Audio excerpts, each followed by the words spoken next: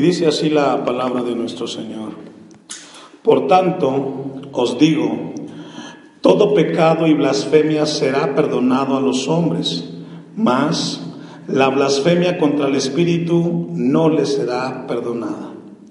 A cualquiera que dijere alguna palabra contra el Hijo del Hombre, le será perdonado. Pero el que hable contra el Espíritu Santo no le será perdonado, ni en este siglo ni en el venidero.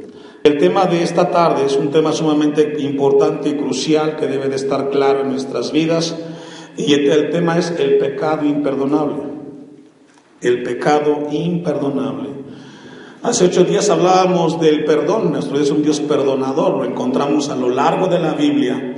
Pero llegamos en un momento en el Evangelio de Mateo donde está registradas las palabras de Jesús y habla de un tema importante, a veces controversial, para muchos no lo debería de ser, a veces mal interpretado, mal entendido, pero que somos llamados como iglesia nosotros a entender acerca de este tema del pecado que habla el Evangelio de Mateo en el capítulo 12, versículos 31 y 32.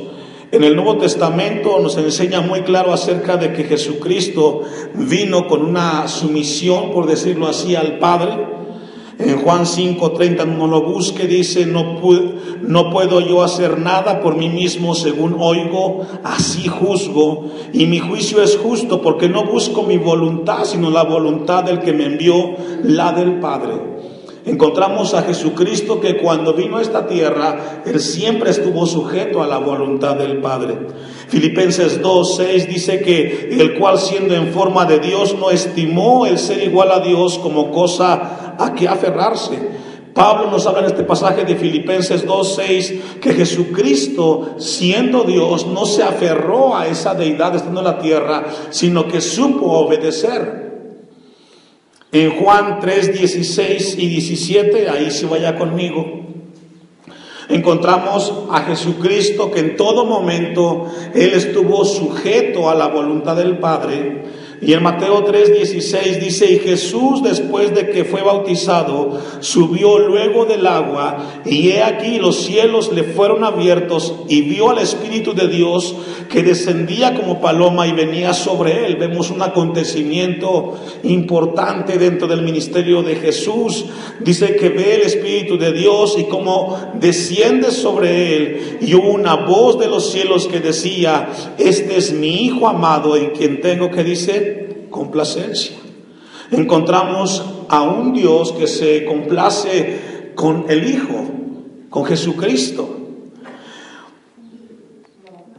Lucas capítulo 4, versículo 18, no lo busque, anótelo los que anotan, dice: el Espíritu del Señor está sobre mí, por cuanto me ha ungido para dar buenas nuevas a los pobres, me ha enviado a sanar a los quebrantados de corazón y a pregonar libertad a los cautivos y vista a los ciegos, a poner en libertad a los oprimidos y a predicar el año agradable del Señor. Jesús dice en Lucas 4:18 que el Espíritu vino sobre él y él hizo la voluntad en ese momento y vino a dar salvación y a dar esperanza. Fue una breve introducción, y en esa misma línea de sumisión de Jesucristo hacia la voluntad del Padre, vamos entonces a regresar al pasaje de Mateo capítulo 12 y versículo 22. Vamos a acercarnos a este pasaje que en sí abarca desde el versículo 22 el tema, y a repasar un poco. Dice el versículo 22: entonces fue traído a él un endemoniado, ciego y mudo, y le sanó. Aquí comienza el asunto. No perdamos de vista esto. Vemos a un hombre que le es traído a Jesús, y este hombre, ¿cómo estaba? Ciego y mudo. Y le sanó de tal manera que el ciego y mudo veía, ¿y qué dice? Y hablaba. Encontramos a una persona que estaba endemoniada, y esta persona endemoniada estaba ciega y estaba muda. Y vemos un milagro una vez más. Atrás del capítulo 12 veníamos viendo los milagros de Jesús, Pero llegamos al capítulo 12 y encontramos un milagro, pero este milagro es un milagro especial porque es de una persona en el cual hay una libertad espiritual. Y encontramos entonces que lo podemos llamar, yo lo mencioné o lo llamo como el punto crítico del tema de la blasfemia. En el versículo 23 vemos la consecuencia y vemos un asombro por parte de la gente que estaba en ese lugar. Y toda la gente estaba como atónita, estaba perpleja ante el hecho de que alguien endemoniado había sido liberado y sanado por parte de Jesucristo. Y la gente perpleja y asombrada hace una pregunta: ¿será este aquel hijo de David? El término hijo de David hace referencia al Mesías. Recordemos que Israel esperaba al Mesías. Y la gente, al ver este milagro, comienza entonces a generarse una pregunta y dice: ¿será este el hijo de David? Era difícil de discutir el milagro. Ahí estaba. La gente no podía dejar de sorprenderse. Los fariseos que estaban ahí no podían ocultar el hecho tan trascendente que había hecho Jesús. Y en el versículo 24 encontramos una acusación. Mas los fariseos, ¿quién eran los fariseos? Eran los estudiosos de la ley de Moisés, que tenían como trabajo que la gente cumpliera la ley de Moisés. Estaban ahí. Ellos conocían la ley de Dios y estaban ahí. Al oírlo, ahora algo muy importante, según el texto, ellos no estaban cerca de Jesús. Ellos escucharon los comentarios de la gente que decían: ¿será el hijo de David? Mas los fariseos al oírlo decían, es decir, no estaban frente a Jesús. Dicen los teólogos que fue un momento en el cual era una reunión dentro de un lugar cerrado como este, y la gente estaba afuera y también estaban ahí los fariseos.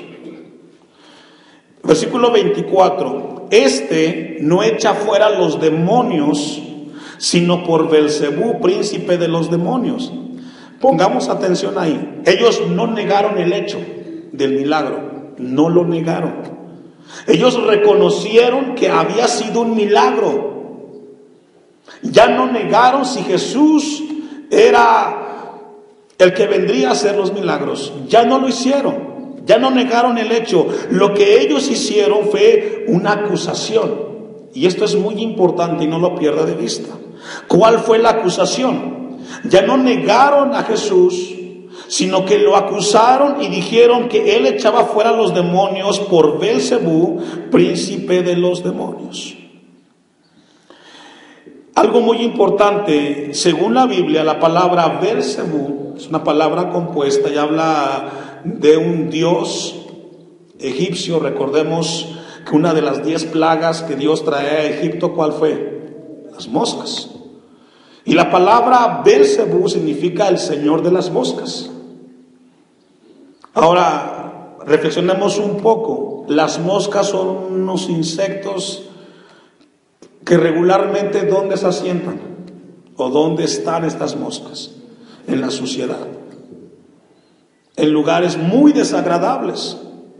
El calificativo, la acusación que estaban haciendo hacia Jesús era una acusación fuera de proporción. Ya no negaron el hecho, ya no cuestionaron por qué hacía el milagro, lo aceptaron como hecho. Lo único que hicieron fue acusarlo de que había hecho algo, pero por el nombre de Belcebú, por el nombre del señor de las moscas. Versículo 25, encontramos una respuesta a esa acusación. Sabiendo Jesús los pensamientos, ¿qué supo Jesús? Significa que los fariseos no estaban frente a él. Él lo que vio fueron lo que estaban pensando. Se llama omnisciencia de Jesús. Sabiendo Jesús los pensamientos de ellos, es decir, Jesús se enteró, se dio cuenta de la acusación de ellos.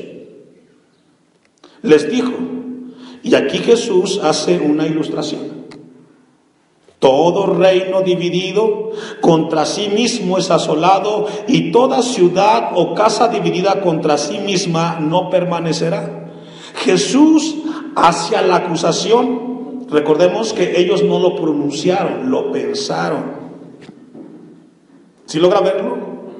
Ellos nunca lo expresaron, lo pensaron, y frente a ese pensamiento Jesús contesta de manera audible y hace una ilustración lógica. Todo reino dividido contra sí mismo es asolado. En primer lugar, Jesús dice que es absurdo pensar que un reino pueda ser dividido a sí mismo. También dice que toda ciudad o casa dividida contra sí mismo no permanecerá, y son cuestiones, una respuesta lógica a lo que ellos estaban haciendo. Versículo 26, continúa la misma ilustración. Y si Satanás echa fuera a Satanás contra sí mismo, ¿qué dice? Lo que Jesús está diciendo, si ustedes piensan que Satanás puede echar fuera a Satanás, entonces Satanás está dividido. Él no puede echar fuera a los demonios. Ahora, en el tiempo de Jesús, según la tradición judía, existía judíos que liberaban y hacían exorcismo, según ellos, por el dedo de Dios. Y dice el versículo 26, ¿cómo pues permanecerá su reino? Y lo que Jesús lleva es confrontar a los fariseos y los pone contra la pared, porque solamente hay dos respuestas para hacer una liberación: o es Satanás o es Dios. Lo que Jesús está haciendo es descartar la sugerencia que es por Satanás, que era la liberación. Versículo 27. Y si yo echo fuera los demonios, dice Jesús, si fuera la razón que yo echo fuera a los demonios por el Señor de las moscas, ¿por quién los echan? ¿Qué dice? Porque Jesús sabía y los fariseos sabían que había una práctica en Israel que los judíos liberaban a otros de los demonios. Y entonces los pone contra la espada de la pared y les dice, si yo lo hago, pues Satanás, ustedes, sus hijos, sus profetas, ¿por quién lo hacen? Por tanto, ellos serán, ¿qué dice? Vuestros hijos. Fíjese que la palabra hijos era un término que se le daba a aquellos judíos que hacían exorcismo en el tiempo de Jesús. Así se les llamaba, hijos. Y ellos siempre decían, por el dedo de Dios, te vamos a liberar. Y Jesús les dice, ¿por quién los echan vuestros hijos? También lo hacen por Belzebú. Ellos se quedaron sin saber qué contestar. Versículo 28. Pero si yo por el Espíritu de Dios echo fuera los demonios, ciertamente ha llegado a vosotros el reino de Dios. Jesús reacciona y les dice, ¿saben qué? Si yo lo hago por Dios, hoy viene la esperanza para ustedes. Versículo 29. Y otra vez usa una ilustración Jesús. ¿Por qué? ¿Cómo puede alguno entrar en la casa del hombre fuerte y saquear sus bienes si primero no le ata? Y entonces podrá saquear su casa. Lo que Jesús está diciendo, si alguien no puede controlar al Señor de los demonios antes de echarlos, no puede hacer nada. Primero hay que atar al hombre fuerte, en este caso es Satanás. Y Jesús les está diciendo, ¿cómo puede alguien entrar en la casa del hombre fuerte y saquear sus bienes si primero no le ata? Si alguien viene a robar una casa, ¿qué tiene que hacer? Asegurar a los que están en la casa, principalmente la cabeza. Usa una lógica Jesús. Versículo 31. Por tanto os digo, todo pecado y blasfemia será perdonado. Ahora, el pecado, hermanos, tenemos que entenderlo. El pecado es aquello que el hombre trae desde su nacimiento, que nos lleva siempre a estar lejos de Dios. El pecado y la blasfemia no son sinónimos. El pecado, la blasfemia viene implícita en el pecado. Es una rama del pecado, por decirlo así. Pero ¿por qué Jesús aquí lo resalta? Dice, todo pecado y blasfemia será perdonado a los hombres, mas la blasfemia contra el Espíritu Santo no les será perdonada. Ahora, ¿por qué Jesús es tan drástico en este tema? Busque Levítico 24:14. Y vamos a ver qué era lo que le pasaba a la gente que blasfemaba en el nombre de Dios. Levítico capítulo 24, versículo 14. La blasfemia, hermanos, para los que anotan, es un pecado que tiene que hablar o que tiene que ver hablar en contra de la deidad de Dios. Cuando alguien blasfema, escuche esto, no está discutiendo si Dios es Dios. Eso no lo está discutiendo. Tiene que ver con que alguien atribuye lo de Dios a Satanás. ¿Sí lo entendió? La blasfemia es, una vez más, no es el no reconocer a Dios como Dios, sino atribuir lo de Dios a Satanás.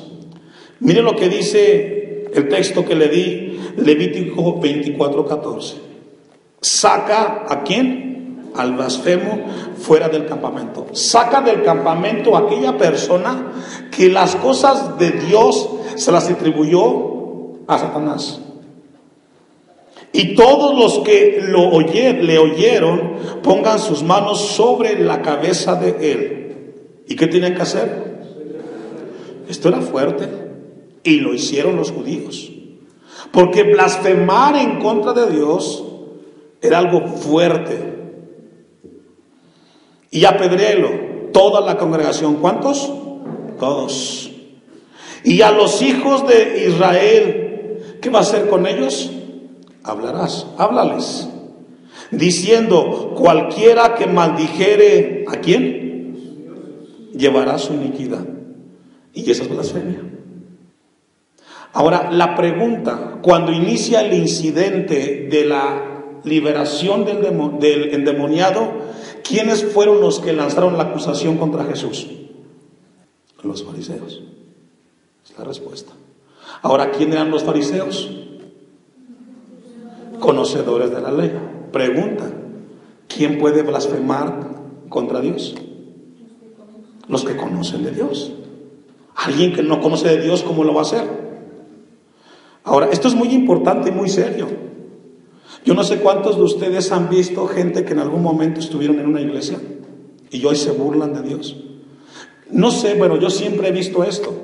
Cuando yo encuentro a alguien que ya no va al templo, lo primero que me dice es que en ese lugar la gente es así. Y casi siempre le echan la culpa a Dios de sus problemas. ¿Sí los ha visto? Eso es muy peligroso. No olvidemos que fueron los fariseos los que hicieron la acusación y Jesús les refirió a ellos que todo pecado será perdonado menos la blasfemia contra el Espíritu Santo. Entonces, ¿para quién es la palabra? Para los que conocemos de Dios. Esto es muy serio. Y a los hijos de Israel les dirás, y esta tarde Dios le dice a usted y me dice a mí, háblale a los cristianos de Hashem.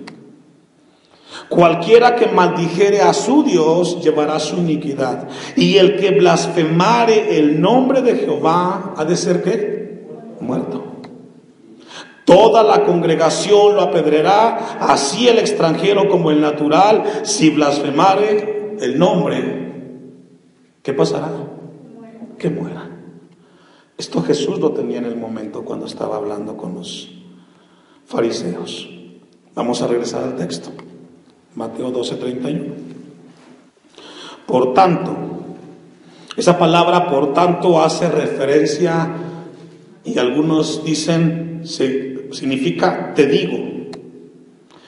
Todo pecado y blasfemia será perdonado a los hombres. Es una declaración muy importante, hermanos. Muy importante. Es Jesús las está pronunciando. La blasfemia, una vez más, repito, es hablar o maldecir el nombre contra Dios. No estás cuestionando si es Dios. No, ya sabes que es Dios y a sabiendas del conocimiento tú comienzas a ir en contra de Dios.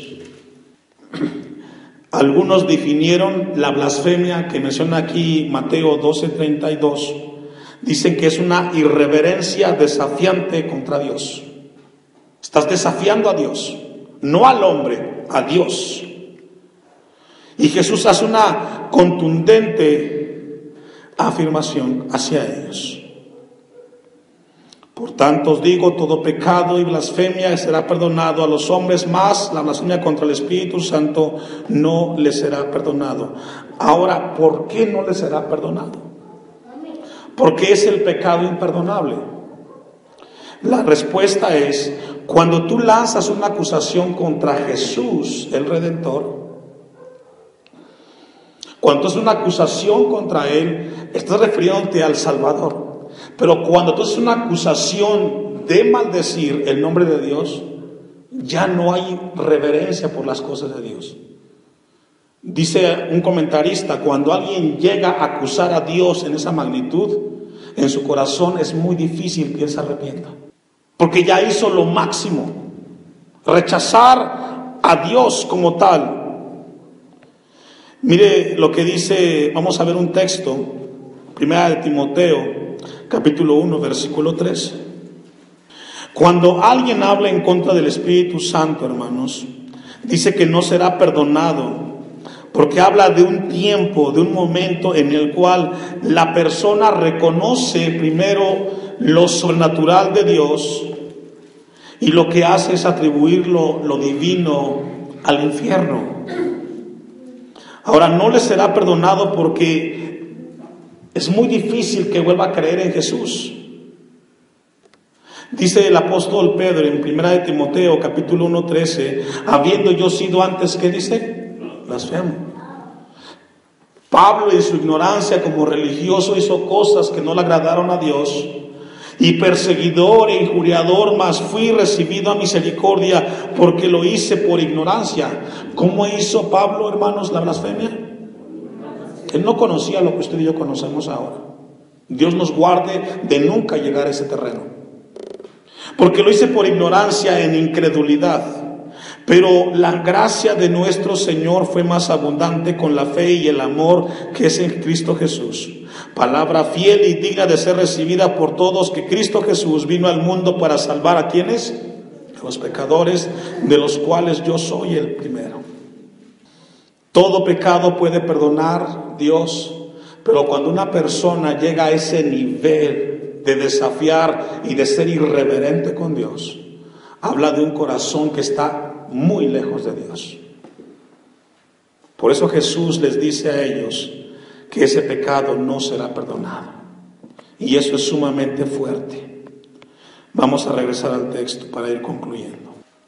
A cualquiera que dijere alguna palabra contra el Espíritu Santo, dice 32, contra el Hijo del Hombre le será perdonado, pero el que hable contra el Espíritu Santo no le será perdonado ni en este siglo, que dice, ni en el venidero.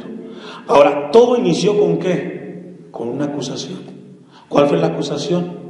Le atribuyeron a Beelzebú el poder de Jesús. ¿Sí logra verlo? No discutieron si Jesús era Dios. No. Le atribuyeron a Beelzebú que había hecho Jesús por ese poder las cosas. Este es un pecado, hermanos, muy fuerte. Alguien dice, pastor, ese pecado fue para el tiempo de Jesús. Si Dios nos concede la vida la siguiente semana, vamos a ver cómo se manifiesta ese pecado en la actualidad, en el siglo XXI en las iglesias. Más de lo que nos imaginamos. Ese pecado dice que no será perdonado aún en este tiempo, ni en este siglo, ni en el venidero. Y nos habla de nuestro tiempo. Vamos a concluir Hebreos capítulo 6, versículo 1. El tema central de lo que hemos esta tarde revisado a la luz de la palabra, hermanos, es una advertencia para nosotros, para nunca llegar ahí. Tener mucho cuidado y reverencia con las cosas de Dios. Porque a veces la gente es muy irreverente. Acusan a Dios de las cosas que el hombre hace. ¿No? Dios no tiene nada que ver con lo que la gente ha hecho, con lo que la gente hace. Dice Hebreos capítulo 6, por tanto, dejando ya los rudimentos de la doctrina de Cristo, vamos ¿hacia dónde? Adelante a la perfección, no echando otra vez el fundamento del arrepentimiento de obras muertas de la fe en Dios, de la doctrina de bautismos, de la imposición de manos, de la resurrección de los muertos y del juicio eterno.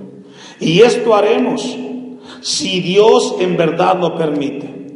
Porque es imposible que los que una vez fueron iluminados, fueron abiertas sus mentes, dice el escritor de Hebreos, porque es imposible que los que una vez fueron iluminados y gustaron del don celestial, del regalo de Dios, y fueron hechos partícipes ¿de qué? Del Espíritu Santo, y asimismo gustaron de la buena palabra de Dios y los poderes del siglo venidero, y recayeron, sean otra vez renovados para arrepentimiento. Lo que Hebreos está diciendo, si aquellos que ya recibieron la gracia, ya abrazaron todas las cosas de Dios, ¿cómo es que ellos van a recaer y van a ser renovados? Crucificando de nuevo para sí mismo al Hijo de Dios y exponiendo lo que dice al vituperio. Lo que narra al final del versículo 6 Hebreos es el problema y el peligro que existe en aquellos que pueden cometer este pecado imperdonable.